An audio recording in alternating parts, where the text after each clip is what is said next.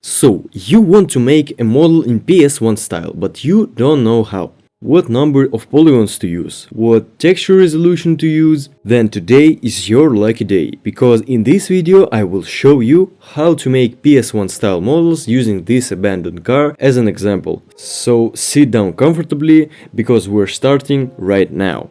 Firstly, let's talk about the style we're working with. The PS1 of course had some limitations regarding the poly count and the resolution of the textures. I will not go in depth, because this isn't the tech video about PS1.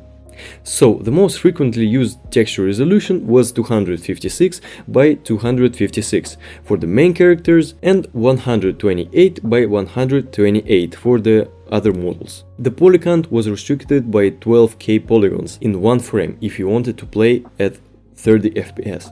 As I'm not working for the PS1, I'm not restricted, so when I'm doing these kinds of models, I used 512 by 512 or 256 by 256. It certainly would help the style if it followed the restrictions closely, but for the sake of simplicity, I will follow just the texture restrictions.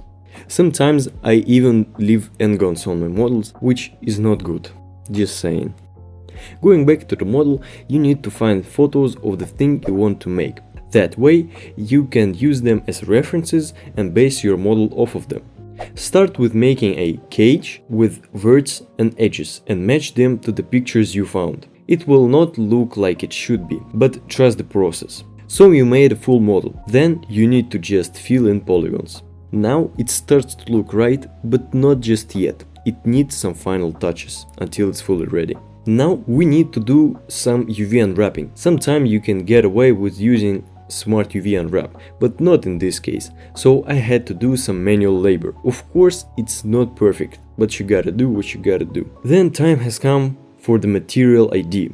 If you're texturing in Blender, this is not needed. I will use Mixer, so go into the UV tab, select different regions for different materials in different colors. Then all is ready, you can bake all those colors into one UV map. This is called Material ID, used in some programs to separate different materials on one model. Now of course, since we're using 256 by 256 textures, we have this overlapping of the materials. This could be avoided by just separating the polygons, but for the sake of simplicity, I will just roll with it. Now, when we have our material baked, we can export our model and the texture with a similar nickname, so they will not get lost. Now open Mixer, free-to-use software created by Epic Games family. Export our model in there and add our material ID map. Then you can start texturing your model. This process will be unique for everyone, but you can copy my settings and techniques. I use this to add moss, snow and rust. Okay, so the model is done. Now we just have to export our textures and import them into Blender.